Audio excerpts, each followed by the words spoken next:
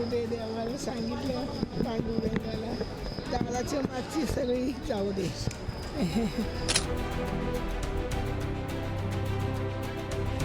मैं अपने आप को भी उनके परिवार का एक सदस्य मानता हूँ और उनका परिवार आज अगर एक हो सकता है और सब एक साथ मिलकर काम कर सकते हैं तो उससे ज़्यादा खुशी की बात क्या होगी.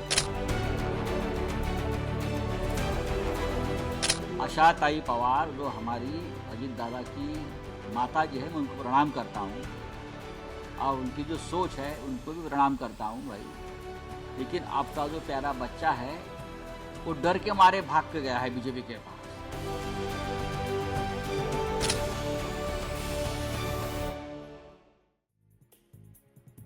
नमस्कार, आदाब. मैं हूं मारिया शकील. वक्त मुकाबला का है. आज हम महाराष्ट्र की सियासत पर चर्चा करेंगे. विधानसभा चुनाव के नतीजों के बाद एक बात साफ हो गई है कि अगर विचारधारा को ताक पर रख करके राजनीति होती है तो फिर जिसका परिणाम होता है वो साफ तौर पे दिख जाता है. महाविकास अघाड़ी अभी कमज़ोर हो चुकी है, तो क्या अब उसका वजूद भी खतरे में है?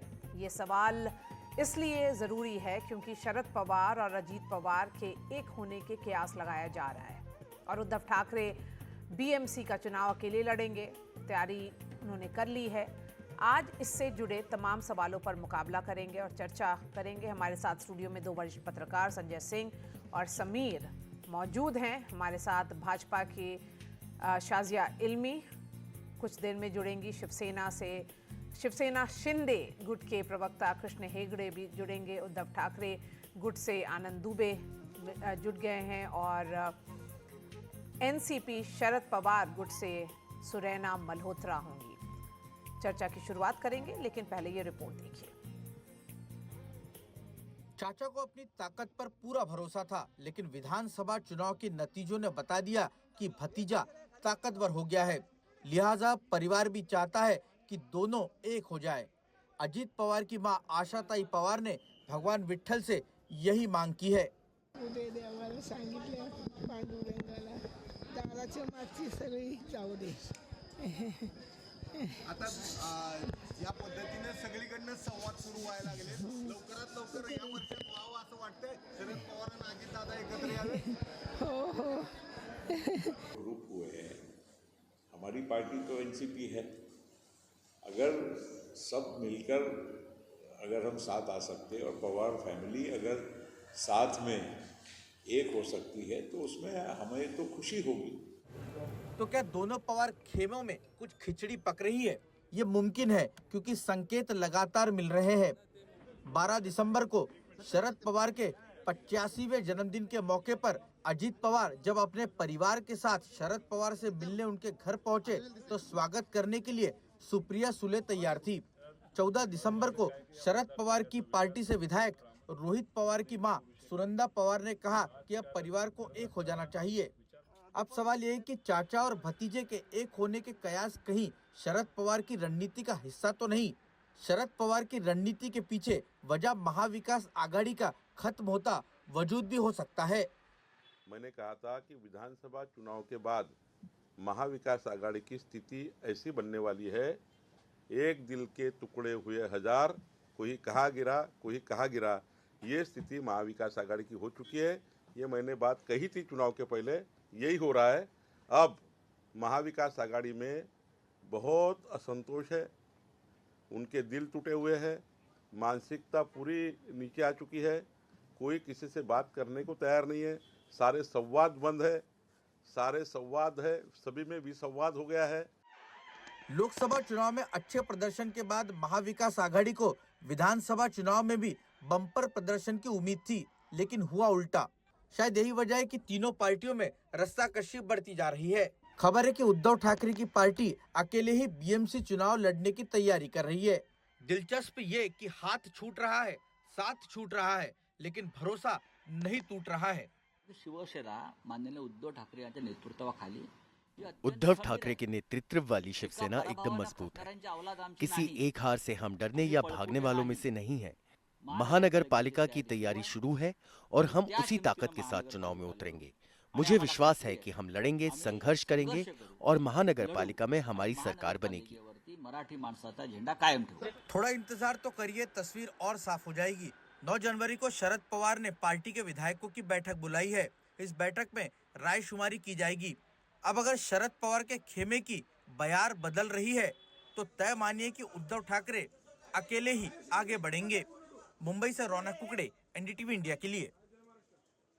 मुकाबला में आज का सवाल है, क्या साथ आ सकते हैं शरद पवार और अजीत पवार? शरद पवार अपनी सियासी विरासत भतीजे को सौंप देंगे क्या?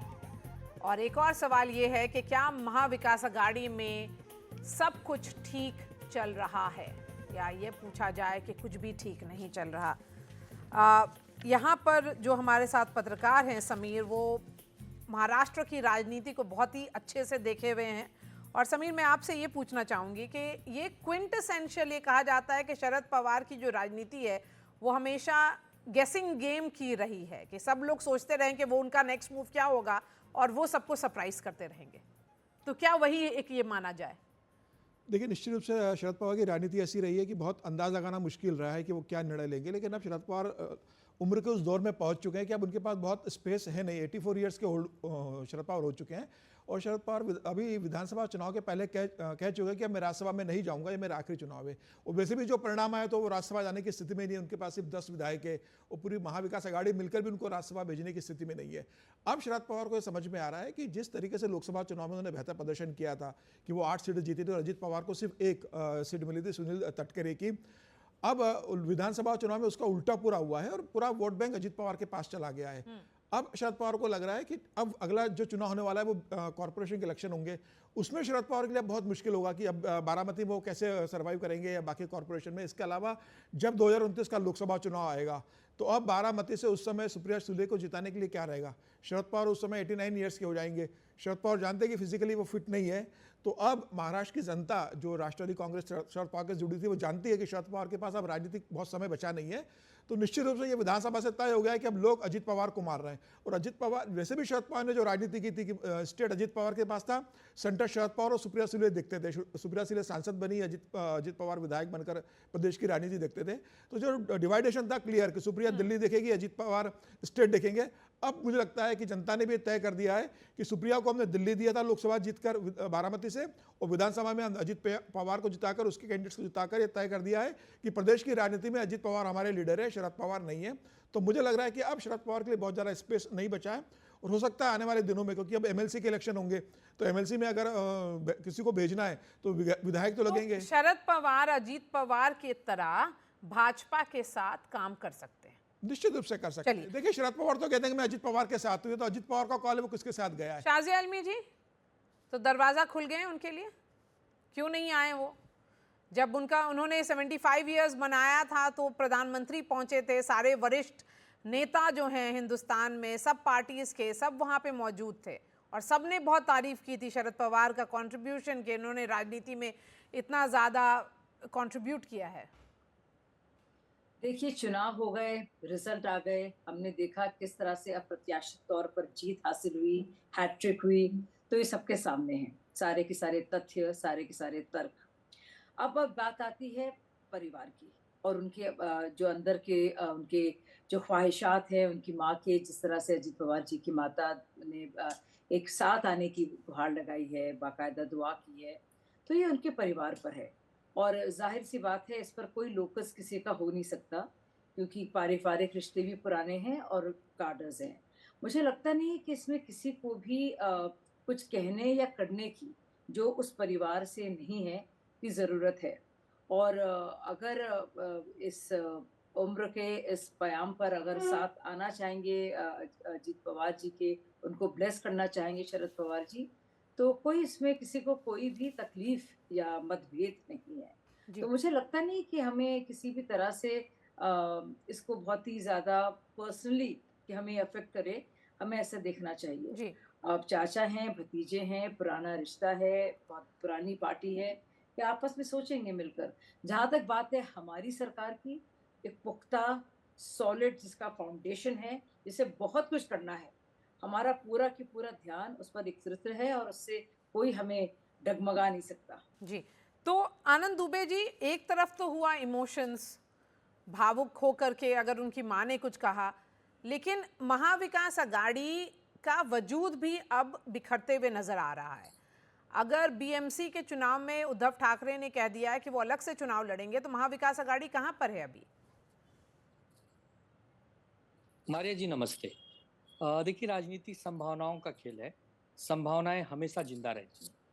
अगर एक माँ होने के नाते अजीत दादा की माताजी ने विचार दिए है कि परिवार को इकट्ठा आना चाहिए, तो इसका तो हर आदमी को स्वागत ही करना चाहिए। एक माँ तो यही चाहेगी कि उसका घर परिवार सब इकट्ठे रहे। लेकिन राजनीति अलग होती है और परिवार की ममता अलग होती है। राजनीति में समय के अनुसार चलना पड़ता है। हमने एक महाविकास आघाड़ी बनाई, कॉमन मिनिमम प्रोग्राम के तहत एक सरकार चलाई, वो सरकार गिर गई, फिर चुनाव हुए, चुनाव में हम हार गए। लेकिन इसका मतलब ये नहीं कि जीवन भर महाविकास आघाड़ी अमर रहेगी, महाविकास आघाड़ी कभी टूटेगी ही नहीं, ऐसा नहीं है। और न तो कभी जुड़ेगी, ऐसा भी नहीं। महाविकास आघाड़ी बनी थी एक समय के लिए, वो बनी थी। इंडिया गठबंधन बना था, देश के चुनाव के लिए बना था। उसी इंडिया गठबंधन में रहते हुए अरविंद केजरीवाल और राहुल गांधी जी एक दूसरे के खिलाफ क्या बोल रहे हैं आप और पूरा देश देख रहा है। हम महानगर पालिका का चुनाव अकेले लड़े, ये हमारे कार्यकर्ताओं की मांग है, शिव सैनिकों की चाहत है, क्योंकि कैडर हर जगह मजबूत है। कैडर कह रहा है कि अकेले लड़ेंगे तो ज्यादा फायदा होगा। हम स्वागत करते हैं उनके इस बयानों का, उनके इस लेकिन आनंद दुबे जी, काडर ने यह भी कह दिया कि उनको लगता है कि असली शिवसेना का जो प्रमुख हैं वो एकनाथ शिंदे जी हैं। वो भी मैसेज आया है। ये काडर ने नहीं कहा, नहीं, ये वोटर ने कहा है, काडर ने नहीं कहा। काडर आज भी एकनाथ शिंदे को शिवसेना प्रमुख मानने तैयार नहीं है। ये आप भी जानती हैं, यहाँ बैठे हैं सब दिल्ली के वरिष्ठ, वो भी जानते हैं, हम भी जानते हैं। ठीक है, मतदाताओं ने जरूर हमें नकारा है, हमसे कुछ गलती हुई होगी, हम आत्मचिंतन कर रहे हैं, बहुत जल्दी हम वापस एक बैक करेंगे, ये अलग विषय है। लेकिन राजनीति में संभावनाएं होती हैं मारिया जी। हाँ। कोई ये नहीं कह सकता अरे बीजेपी के भी नेता हमें बहुत पसंद करते हैं, कुछ नेता ऐसे हैं जो हमारे संपर्क में रहते हैं, क्या करें अब? हम भी बीजेपी के बहुत सारे नेताओं के संपर्क में रहते हैं। इसका ये मतलब थोड़ी कि नहीं कि बीजेपी से जिंदगी भर की दुश्मनी है, ऐसा कोई कदापि नहीं समझे। कांग्रेस के साथ बरसों हम लड़ते आए हैं, आज कांग्रेस के हम साथ हैं। हो सकता है कल हम बीजेपी के साथ हो जाएं। और ये भी मुमकिन है कि उद्धव ठाकरे भाजपा के साथ हो जाएं, ये भी मुमकिन है, क्योंकि मैं वही कह रहा हूं, जो आइडियोलॉजी की बात है, जो विचारधारा की बात है, वो तो विचारधारा उनकी ही उनसे मिलती है। राजनीति संभावनाओं का खेल है, कब क्या हो जाएगा। चलिए, आपने ये बोल दिया कि संभावना कुछ भी हो सकती है। कल शत्रु है, जो कल शत्रु थे आज मित्र हो जाएंगे। संजय सिंह जी, एक तरफ माँ का प्यार जो चाहता है कि परिवार बिखरे नहीं, लेकिन जो पॉलिटिकल रियलिटी है वो भी तो ये दिखा रही है कि यही एक ऑप्शन है। अगर शरद पवार एक अपने उस पड़ाव पर जिंदगी के खड़े हैं कि अगर अपना वो पॉलिटिकल लेगेसी या विरासत देख रहे हैं, तो वो भी तो उनको सेटल करना पड़ेगा। सुप्रिया सूले का अगर वो फ्यूचर सिक्योर करने की कोशिश करेंगे तो वो तो उसी वक्त मुमकिन है अगर अजीत पवार साथ में हो, परिवार साथ में हो। आपने बहुत अच्छा सवाल पूछा मारिया। पॉलिटिक्स में दो तीन चीज़ें जो आप कह रही थी सवाल के टर्म्स में, मैं उसको एक तरह का स्टेटमेंट भी मान करके चल रहा हूँ।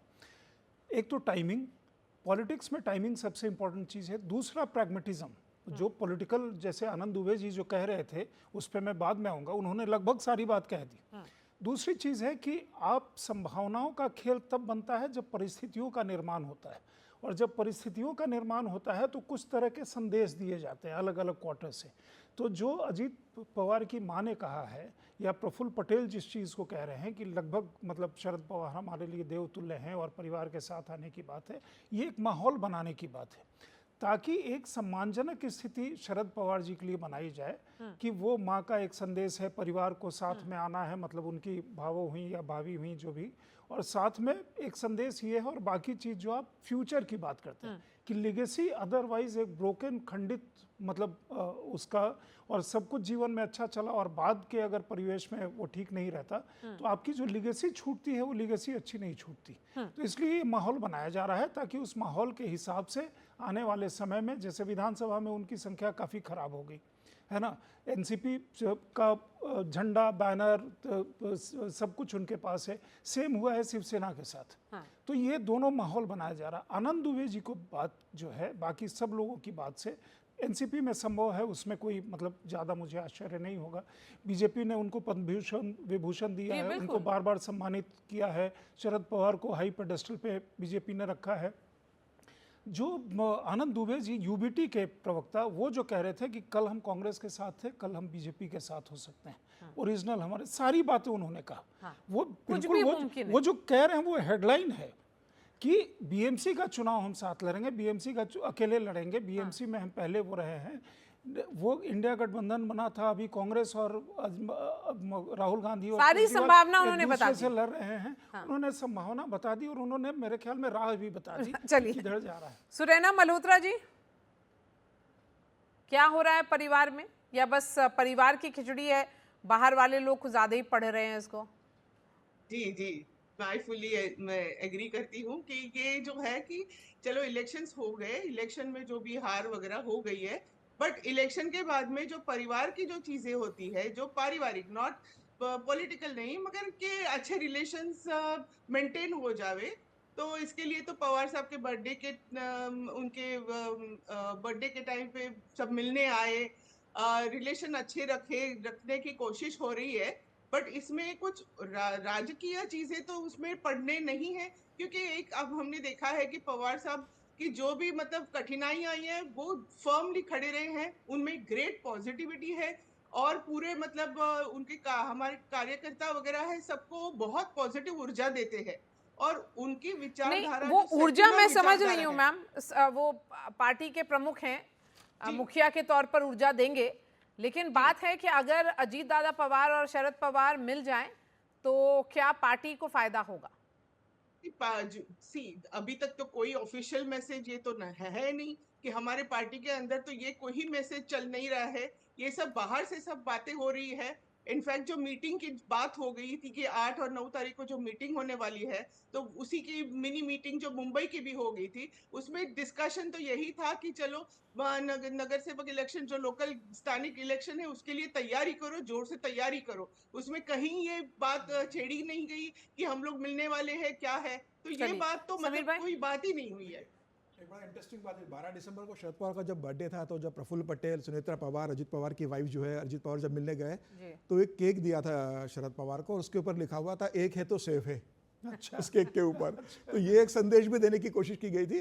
और देखिए मिलने का एक दो फायदा हुआ, विधानसभा में तो आपकी बहुमत है, लोकसभा में अजीत पवार का 1 सांसद है और शरद पवार के 8 सांसद हैं, तो अगर ये मिल जाएंगे तो दोनों के मिलकर 9 सांसद लोकसभा में होंगे। ऑलरेडी राज्यसभा में प्रफुल्ल पटेल और सुनीता पवार 2 राज्यसभा में, शरद पवार 1 हो रहे, तो राज्यसभा में ताकत बढ़ेगी। और जो केंद्र में एक मंत्री पद मांग रहे हैं प्रफुल्ल पटेल के लिए अजीत पवार, तो जब 11 सांसद हो जाएंगे इनके पास, तो निश्चय ही उनकी एक, और भारतीय जनता पार्टी वैसे भी अभी पूर्ण बहुमत की सरकार नहीं है, तो एडिशनल 8 सांसद और भारतीय जनता पार्टी के साथ समर्थन में आ जाएंगे अजीत पवार के साथ जुड़ने पर, जो शरद पवार के आएंगे, तो भारतीय जनता पार्टी और उनका जो वर्चस्व है महाराष्ट्र की पॉलिटिक्स में, उससे तो नकारा नहीं जा सकता। कृष्णा हेगड़े जी, आपको तो वेलकम करना चाहिए, अभी तक शिवसेना चुप है, सबको एकदम बोलना चाहिए।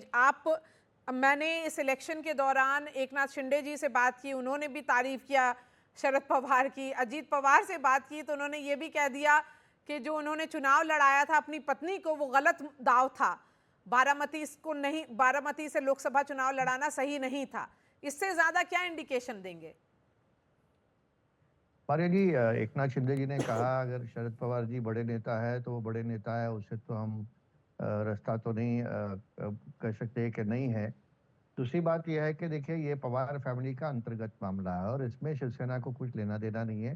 शिवसेना का ये है कि शिवसेना मुंबई में, महाराष्ट्र में अपनी पार्टी बढ़ाए, जो एकनाथ शिंदे जी के नेतृत्व में हमने बढ़ाई और दूसरी बार फिर से हमने जीत हासिल की है भारतीय जनता पार्टी के साथ। और हम हिंदुत्व की एक अलायंस है, 1987 से साथ में बाला साहेब की आइडियोलॉजी पे चलने वाली पार्टी है।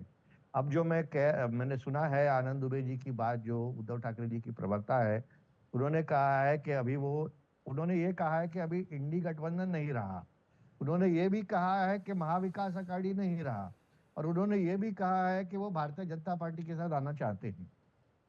तो मुझे लगता है कि इतना अवसरवादी ये पार्टी हो चुकी है कि पहले हिंदुत्व वो त्याग देती है, और अभी उनको इतना बुरा हार पिछले इलेक्शन में मिला है लोकसभा में और विधानसभा में कि वो फिर से यू टर्न मार के आना चाहती है। तो मुझे लगता है कि देखिए, जो वोटर है उसने तय कर लिया है कि एकनाथ शिंदे जी नेता है शिवसेना के, और एकनाथ शिंदे जी के शिवसेना को मत गिरा है, और इसमें कोई दो बात नहीं है। देखिए, ये साफ तौर पे दिख रहा है कृष्णा हेगड़े जी कि एनसीपी के जो दो भाग में एनसीपी है, उनके तो तार कहीं ना कहीं जुड़े हुए हैं। मन साफ, मन एक तरफ है, लेकिन आपका जो मन है वो साफ नहीं दिख रहा। आप कुछ बोलना चाह रहे हैं लेकिन क्लियरली बता भी नहीं रहे। देखिए, हमारा मन बहुत साफ है, हम हिंदुत्व के लिए है, हम राम मंदिर को मानते हैं, सनातन को मानते हैं। हम ऐसे लोगों के साथ नहीं खड़े हैं जो हिंदुत्व को गाली देते, सनातन को गाली देते, उनको कोड और लेप्रोसी और मलेरिया का दर्जा देते हैं। और हम पहले से साथ में हैं, बाला साहब के विचारों के साथ है, हिंदुत्व के विचार के साथ है, भगवान श्री राम के विचारों के साथ है। तो और वो हमने विचारधारा इनके आनंद दुबे जैसे आपकी भी है। 23 तारीख को इन्होंने तो 23 डाइल्यूट कर नवंबर दिया था ना। 2024 को नतीजे आए थे। आज हम 2 जनवरी 2025 में बैठे हैं। इनकी स्थिति क्या है महाराष्ट्र में, किसी भी महाराष्ट्र के पत्रकार से पूछ लीजिए। आज तक 9 मंत्री से ज्यादा कैबिनेट के मंत्री अपनी कुर्सी नहीं संभाल पा रहे हैं, पदभार नहीं ले रहे हैं। क्यों मालूम है? क्योंकि उनको पालक मंत्री नहीं बनाया जा रहा है। इनके जो 57 विधायक चुनकर आए उसमें से 30 इतने नाराज हैं कि किसी समय इस्तीफा दे सकते हैं, वो इनको दिखाई नहीं देगा। और कितने संतुष्ट हैं बीजेपी के साथ जाकर, कह रहे हैं कि हम तो बहुत खुश हैं, हम तो हिंदुवादी पार्टियां हैं। की हालत लेकिन देखिए, इनका घर शरद का हालत पवार देखिए, ये हमारे बारे में बात ही कर रहे हैं। राष्ट्रवादी अरे पहले के साथ थोड़ा जुड़ेंगे, आत्मचिंतन ये कीजिए, विचलित हो आपकी रहे हैं। पार्टी की जैसे ही शिवसेना हमारी जो असली है बीजेपी के संपर्क में आएगी, ये विचलित हो जाएंगे। क्योंकि इन्होंने चुनाव जरूर जीता है, इन्होंने कैडर नहीं जीता। आज भी जो असली शिवसैनिक है वो हमारी असली शिवसेना के साथ है। ठीक है, कागज पर आपने हमारा नाम ले लिया, कागज पे आपने चुनाव चिन्ह ले लिया। एक दिन कोर्ट में कागज पर भी हम जीतेंगे, असली तीर धनुष हमें मिलेगा, असली शिवसेना का नाम हमें मिलेगा। जो ये राजन आप तेली है, जानते हैं, कोंकण के इसीलिए आप विधायक बेचैन जो थे, हैं, आप वो विचलित कह रहे हैं। मैं और पार्टी छोड़ के बीजेपी को जा अब रहा हूं। आपकी कोई आवश्यकता नहीं है। आप तो मुख्यमंत्री हुआ करते थे, बीजेपी ने आपको उप मुख्यमंत्री बना दिया। आपके पास जो मंत्रिमंडल है, उस मंत्रिमंडल को लेकर आपसी रसाकसी है। आनंद दुबे जी, टीवी पर आप आगे की बताएंगे क्या तो पॉलिटिक्स है उस पर चर्चा हो रही है। अगली बार जो राजनीति में बदलाव आने वाला है उसकी चर्चा हम कर रहे हैं, इसलिए मैं शाजिया इल्मी को फिर से लाऊंगी और शाजिया इल्मी से सवाल पूछेंगे संजय। मुझे एक जवाब देना है संजय इसके बारे में। जी बोल दीजिए। एकनाथ शिंदे जी पहले मुख्यमंत्री थे, जी कृष्णा हेगड़े शिंदे जी पहले मुख्यमंत्री थे, हाँ। आज उप मुख्यमंत्री हैं। देवेंद्र जी पहले उप मुख्यमंत्री थे, हाँ, ठीक है। उप मुख्यमंत्री। चलिए वो लॉजिक मैंने समझ लिया। चलिए जी ने उसका बहुत अच्छा एक एक्सप्लेनेशन बताया उसको। एक है तो सेफ है। हाँ, एक है तो सेफ है, और कैसे दोनों आने के अच्छा समीकरण बनता है। लेकिन साजिया जी, अभी अगर आप आनंद दुबे जी की बात सुनेंगे और दूसरी तरफ हेगड़े जी जो कह रहे थे, दोनों गुट में मतलब काफी वैमनस्य वाला भाव है। और आनंद दुबे जी के हिसाब से वो बीजेपी की तरफ टिल्टेड काफी ज्यादा है।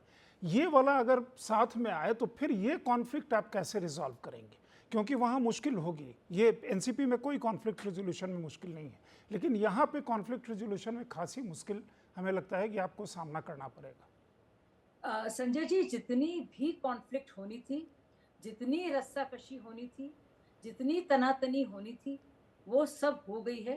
पूरी तरह से वो उबाल पर आई, और उबाल के बाद आपने देखा किस तरह से पूरा मामला ठहरा, ठंडा हुआ, और एक बहुत ही स्थिर रूप से एक स्थापना हुई है इस नए अरेंजमेंट की, जिसका मकसद सिर्फ एक और एक लक्ष्य है, वो कि महाराष्ट्र का विकास और जो जो हमारे वादे हैं उन पर मेहनत, काम और उसको पूरा करना। अब मुझे लगता नहीं है कि कोई भी चीज़ जो हमारे लक्ष्य को, जो हमारी नीयत को, और जो हमारा जिस तरह से वर्चस्व मिला है उसको किसी भी तरह से खतरे में डाले, तो वो जाहिर सी बात है किसी को वो नाकाबिले बर्दाश्त होगा। तो मुझे लगता नहीं है कि अगर एक परिवार के लोग साथ आना चाह रहे हैं उससे किसी को कोई दुश्वारी है। और जो हमारे लीडर्स भी हैं, शिंदे जी जैसे कि हमारे हैं, और अजित पवार जी, वो भी सोच समझकर सारे कदम उठाएंगे और देखेंगे कि जो हमारा मैंडेट है उसके साथ किसी भी तरह से समझौता ना हो जी।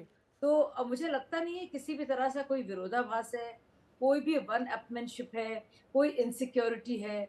लोग सोच रहे थे संभव ही नहीं हो पाएगा। लोग तो मान नहीं रहे थे देवेंद्र फडणवीस जी तैयार होंगे, दुनिया भर के लोग कह रहे थे। वो खुशी-खुशी वो तैयार हुए, वो बने डेप्टी सीएम। फिर कह रहे थे मुमकिन ही नहीं है कि किस तरह से शिंदे जी मानेंगे। शिंदे जी भी मान गए। तो बहुत ही ज़्यादा मुझे लगता है प्रोफेशनल तरीके से, सहज तरीके से और बहुत ही एक उदारवादी सोच के साथ, एक बहुत ही बड़े दिल के साथ सबने काम किया है क्योंकि मकसद एक है। मुझे लगता नहीं उसमें किसी तरह का कोई समझौता जी मुमकिन है। हेगड़े जी, आप जवाब दे दीजिए उसका। देखिए, बीएमसी इलेक्शन में तो हम जो है शिवसेना, भारतीय जनता पार्टी और राष्ट्रवादी कांग्रेस अजीत पवार साथ में ही लड़ने वाले हैं, क्योंकि हमको उद्धव ठाकरे जी ने जो भ्रष्टाचार 35 साल से किया है उसको खत्म करना है। तो उद्धव ठाकरे जी को यहाँ पर लेने का सवाल ही नहीं उठता, क्योंकि जो हमारी फाइट है वो उद्धव ठाकरे जी की भ्रष्टाचार में है जो बीएमसी उन्होंने किया है। इसी तरह जो दूसरे कॉरपोरेशन है वहां पर भी जो भ्रष्टाचार इनका चल रहा था उसको खत्म करने की अब बारी आई है और मुंबई की जो नागरिक है उनको सुविधा देने की बारी आई जो इन लोग ने 35 साल से नहीं दिया। तो मुझे नहीं लगता कि उनके लिए कोई जगह अभी खुला है। आगे आगे देखते हैं होता है क्या। जी तो मैं आनंद दुबे जी से पूछना चाह रहा था कि अभी शरद पवार और अजित पवार के एक होने की बात चल रही है। महाराष्ट्र की जो राजनीति में जो स्थिति है उद्धव ठाकरे की आज, और अब जब बीएमसी चुनाव लड़ने आप जा रहे हो, तो क्या आपको लगता है कि बीएमसी चुनाव उद्धव ठाकरे और राज ठाकरे को मिलकर लड़ना चाहिए और राज ठाकरे को महाराष्ट्र नवनिर्माण सेना का उद्धव ठाकरे की पार्टी में, उद्धव बालासाहेब ठाकरे में मर्ज कर देना चाहिए? आपके सभी सवालों का जवाब मेरे इस जवाब में है। ये किसने कह दिया कि ख्याली पुलाव बनाना है कि उद्धव बालासाहब ठाकरे जी की शिवसेना बीजेपी या मनसे या एकनाथ शिंदे या अजीत दादा पवार के साथ लड़ने वाली है? मुंबई महानगर पालिका का चुनाव हमारे शिवसैनिकों की इच्छा है, मुंबई करो की भी वही इच्छा होगी कि हम शिवसेना अकेले लड़ें। तो जब हम कोई चीज अकेले लड़ते हैं तो जीत भी हमारी अकेले की है, हार भी हमारे अकेले की। हम जीतेंगे चाहे हारेंगे हम नहीं जानते, लेकिन हम लड़ना चाहते हैं अकेले, ये हमारे शिवसैनिकों का कहना है। तो महाराष्ट्र नवनिर्माण सेना के आ जाने से क्या होगा, बीजेपी के आ जाने से क्या, ये सिर्फ एक ख्याली पुलाव जैसा है जो सुनने में कहने में अच्छा लगता है। उसका राजनीति की सच्चाई से दूर दूर तक कोई वास्ता नहीं है। ठीक है, हमने चुनाव हारे हैं। मुंबई और महाराष्ट्र में हमारे जो 20 लोग चुनकर आए हैं, इसमें से 10 तो अकेले केवल मुंबई से हैं। 36 में से 10, मैं नहीं समझता कि कोई बहुत बुरा प्रदर्शन है।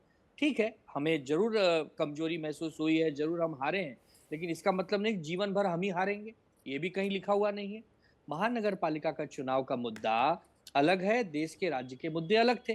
कौन पार्टी क्या कर रही है हमें उसमें कोई बहुत दिलचस्पी भी नहीं है। मैंने सिर्फ ये कहा है कि राजनीति संभावनाओं का खेल है, इसमें क्या हो जाएगा ये कोई नहीं जानता। 30 साल बीजेपी के साथ हम रहे, फिर भी साजिया इल्मी जी बहन कह रही हैं कि एकनाथ शिंदे जी तो हमारे हैं। अरे हम आपके कितने हमारे थे ये लोग भूल गए, लेकिन समय के साथ सब बदल जाता है साजिया दीदी। समय है, आज जो आपके बहुत करीबी है हो सकता है दूर हो जाए।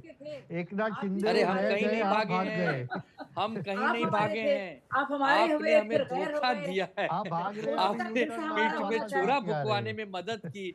आप तो हमारे ही थे कृष्णा जी, आप हम ही में से निकले हुए हैं। हम तो वो गंगा, हम तो उस गंगा सागर के समान है जिसमें छोटी मोटी नदियां बहुत निकलती हैं। नदियां निकले, फसलों के काम आए, किसानों के काम आए। बताइए। मुझे लगता है देखिए हम जहाँ पर है उद्धव ठाकरे का निर्णय अच्छा रहेगा बीएमसी का चुनाव वही है, अकेले लड़ना। निश्चित रूप से देखिए बीएमसी में कांग्रेस सपोर्ट कर पाएगी उद्धव ठाकरे की, ना शरद पवार कर पाएंगे। 217 सीटें आती है। अगर 2017 का अगर आप चुनाव परिणाम बीएमसी का देखेंगे तो 84 शिवसेना के थे, 82 भारतीय जनता पार्टी जीती थी। तो शिवसेना का जो मराठी अस्मिता का, मराठी जो कोर वोटर है वो तो बीएमसी का है। एकनाथ शिंदे भी इतने मजबूत नहीं रहेंगे बीएमसी के अंदर बिना भारतीय जनता पार्टी के पास। तो भारतीय जनता पार्टी मुझे लगता है ज्यादा सीटों पर बीएमसी में लड़ेगी, वहां एकनाथ शिंदे को स्पेस नहीं मिलेगा। एकनाथ शिंदे को जो जगह मिलेगी वो ठाणे म्युनिसिपल कॉर्पोरेशन में और कल्याण डुम्बिवली में, जहां से उनके बेटे श्रीकांत शिंदे सांसद वहां होगी। बीएमसी भारतीय जनता पार्टी लड़ेगी, थोड़ा बहुत हिस्सा एकनाथ शिंदे को दिया जाएगा। एकनाथ का बंबई में कोई असर नहीं है, उद्धव ठाकरे का जरूर बाला साहब ठाकरे का है, तो मुझे लग रहा है असली लड़ाई भारतीय जनता पार्टी और उद्धव ठाकरे के बीच बीएमसी में होने वाली है। एकनाथ शिंदे सिर्फ सपोर्टिव भारतीय जनता पार्टी का रहेंगे, भारतीय जनता पार्टी इस बात को जानती है, और उद्धव ठाकरे का निर्णय बहुत अच्छा है कि वो अपने दम पर लड़ेंगे, क्योंकि अगर आप अपना अकेले लड़ेंगे तो मराठी का उनका जो कोर वोटर रहा है उनके साथ, मुझे लग रहा है वो वापस उनके साथ आ जाएगा। तो आपका कहना है कि जो शिवसेना है, जो एकनाथ शिंदे की शिवसेना है, उसका कोई वजूद नहीं है मुंबई में? मुंबई लोकल में नहीं है, ठाणे में है। एकनाथ शिंदे ठाणे के लीडर है, ठाणे कल्याण डोंबिवली उनको मिलेगा। बीजेपी के साथ वो वहां सीट जीत सकते हो। भारतीय जनता पार्टी जानती है कि हम एकनाथ के कारण बम्बई नहीं जीतेंगे, तो मुझे ऐसा लग रहा है कि भारतीय जनता पार्टी बहुत ज्यादा स्पेस एकनाथ शिंदे को बीएमसी के अंदर नहीं देने वाली है। उनसे कहेगी आप ठाणे में ज्यादा सीटें लीजिए, आप कल्याण डोंबिवली भी लीजिए, आपका आधार है। बंबई भारतीय जनता पार्टी खुद अपने पास रखेगी और इस बार भारतीय जनता पार्टी अपना मेयर वहां पर बनाने वाली है।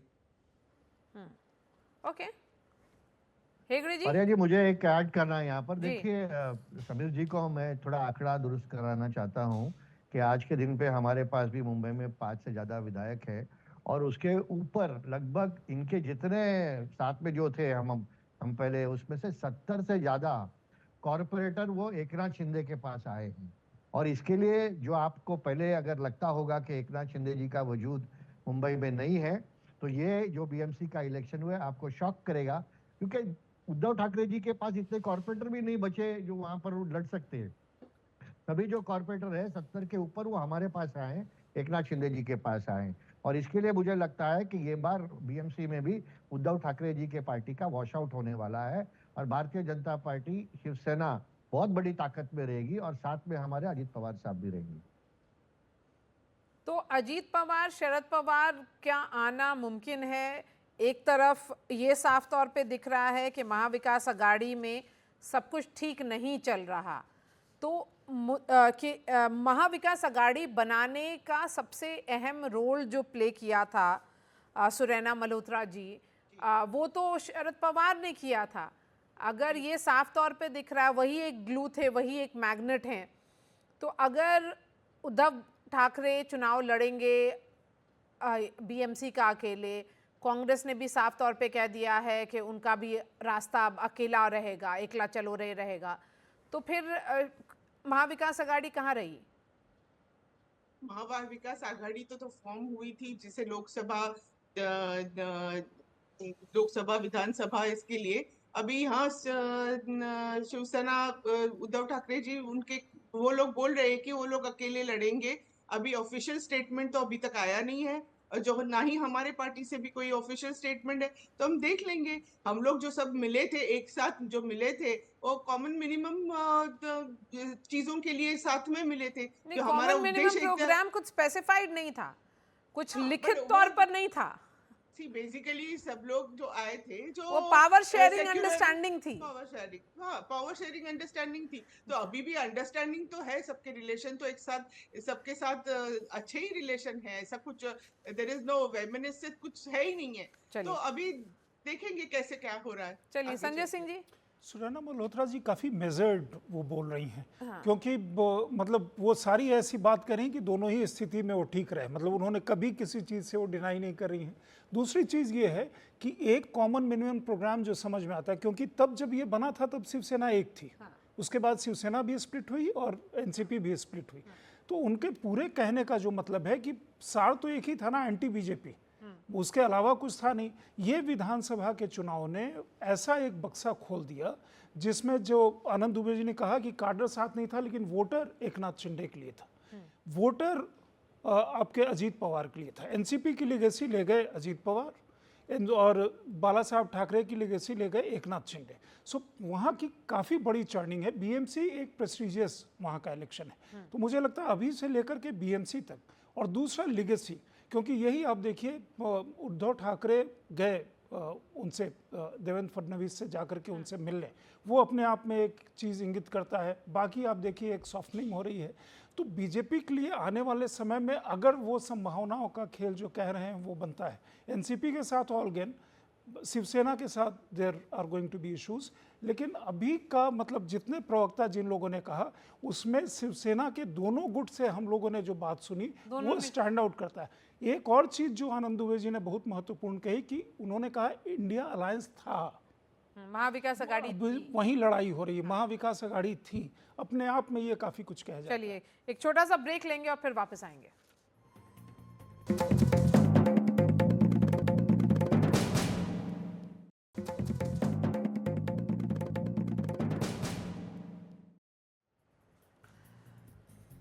पिक्चर अब साफ हो चुकी है। महाविकास आघाड़ी में सब कुछ ठीक नहीं चल रहा, लेकिन महाविकास आघाड़ी का फ्यूचर क्या है, यही मेरा आखिरी सवाल आपसे होगा समीर जी। देखिए, मुझे लगता है महाविकास आघाड़ी का फ्यूचर अब दिखने लगा है कि उद्धव ठाकरे अलग हो चुके हैं, उन्होंने घोषणा लगभग कर ही दी है जिस तरीके से बात हुई है। मुझे लग रहा है कि आने वाले समय में शरद पवार और अजित पवार भी एक हो जाएंगे, क्योंकि अब शरद पवार के पास बहुत ज़्यादा ऑप्शन नहीं बचे, क्योंकि उन्हें अभी वहाँ के MLC के चुनाव देखना है, कॉर्पोरेशन इलेक्शन देखना है, शुगर लॉबी को देखना है। महाराष्ट्र की पॉलिटिक्स शरद पवार की बैकबोन रही है हमेशा। शरद पवार महाराष्ट्र में मजबूत थे तो दिल्ली में मजबूत थे, अब वो महाराष्ट्र में कमजोर हो गए तो वो दिल्ली में मजबूत नहीं हो सकते। मुझे लगता है कि अब वो वापस सरेंडर करेंगे अजित पवार के सामने, पार्टी अजित पवार को सौंप देंगे और वो राजनीतिक रूप से संन्यास ले लेंगे कि मैं कोई चुनाव नहीं लड़ूंगा, वो किसी पद पर नहीं जाएंगे, उनके बेटे का भविष्य सुरक्षित करना चाहेंगे। मुझे लग रहा है आपने बहुत बड़ा स्टेटमेंट दे दिया एज अ जर्नलिस्ट जो मॉनिटर करता है और जो कवर करता है कि वो राजनीति से बिल्कुल संन्यास ले लेंगे। उन्होंने इसके संकेत दे दिए थे, संन्यास ले लेंगे, वो कोई पद नहीं लेंगे। उन्होंने पता है कि 2026 में उनका राज्यसभा का कार्यकाल खत्म हो रहा है, उसके बाद राज्यसभा नहीं जाएंगे। उनके बेटे का पॉलिटिकल कैरियर, मुझे लगता है अजित पवार ने कहा होगा कि सुप्रिया का कैरियर में ध्यान रखूंगा और निश्चित रूप से उसे 12 महीने से लड़ाएंगे। हो सकता है केंद्र में उसे मंत्री बना दिया जाए, 2 मंत्री बन जाए, एक सुनील तटकरे बने और दूसरा ये बने। ये सुनील तटकरे की बेटी तो मंत्री बन चुकी है तो उन्हें नहीं बनाएंगे। प्रफुल्ल पटेल और सुप्रिया सुले बन जाए। हो सकता है प्रफुल्ल पटेल को सेक्रीफाइस करना पड़े, अगर एक होते हैं तो सुप्रिया मंत्री बन जाए। तो मुझे लग रहा है अभी पार्टी में बातचीत होगी और आने वाले दिनों में मुझे लगता है इसका एक स्वरूप कैसा होगा वो निकल कर आएगा। संजय सिंह जी, टाइगर अभी जिंदा है, हमेशा बोला जाता था, याद है वो इमेज जो बारिश हो रही थी और शरद पवार खड़े होकर के उन्होंने भाषण दिया था। ये कहा जा रहा था कि शरद पवार अभी भी वो ऐसा मजबूत चेहरा है महाराष्ट्र की राजनीति में जिसके बारे में कुछ भी कहना, कभी भी ये कहा जाता है राइट ऑफ नहीं करना चाहिए, वो एक एग्जाम्पल है। नहीं तो हम लोग राइट ऑफ कोई अगर संन्यास की बात कर रहे हैं तो संन्यास की बात आपने मारिया, आप शुरू में एक बड़ी अच्छी बात कही थी आपने लिगेसी की। हाँ। कि आप जब नेपथ्य की तरफ जाते हैं, ये जो महाराष्ट्र का विधानसभा का चुनाव है, ये रिजल्ट साफ बताता है कि किस तरफ वो जा रहा है। लोकसभा में लोगों ने आपको वोट दिया, आपको सम्मान दिया, लेकिन उसके बाद लोगों ने जहां वो कह रहे थे कि महाराष्ट्र में आप मजबूत हैं तो केंद्र में मजबूत हैं, जब वहां पे आप मजबूत नहीं हैं और फिर मतलब आपकी पार्टी, आपका चुनाव चिन्ह, आपका सब सारे लोग अगर उधर चले जाते हैं, तो जब शेर या बाघ या टाइगर आप कहते हैं कि टाइगर अभी जिंदा है, लेकिन कब जो है वो टाइगर हो चुका, हाँ। कब अब ये बता दिया कि मैं कब नहीं हूं, अब मैं टाइगर हो चुका। तो सीनियर टाइगर के पक्ष में ये है। तो क्या कोई टाइमलाइन देख रहे हैं आप? मुझे लग रहा है कि 1-2 साल के अंदर नहीं, जल्दी होगा, इतना टाइम नहीं लगेगा, क्योंकि कॉर्पोरेशन के इलेक्शन है, उसके पहले ही शरद पवार को निर्णय लेना पड़ेगा।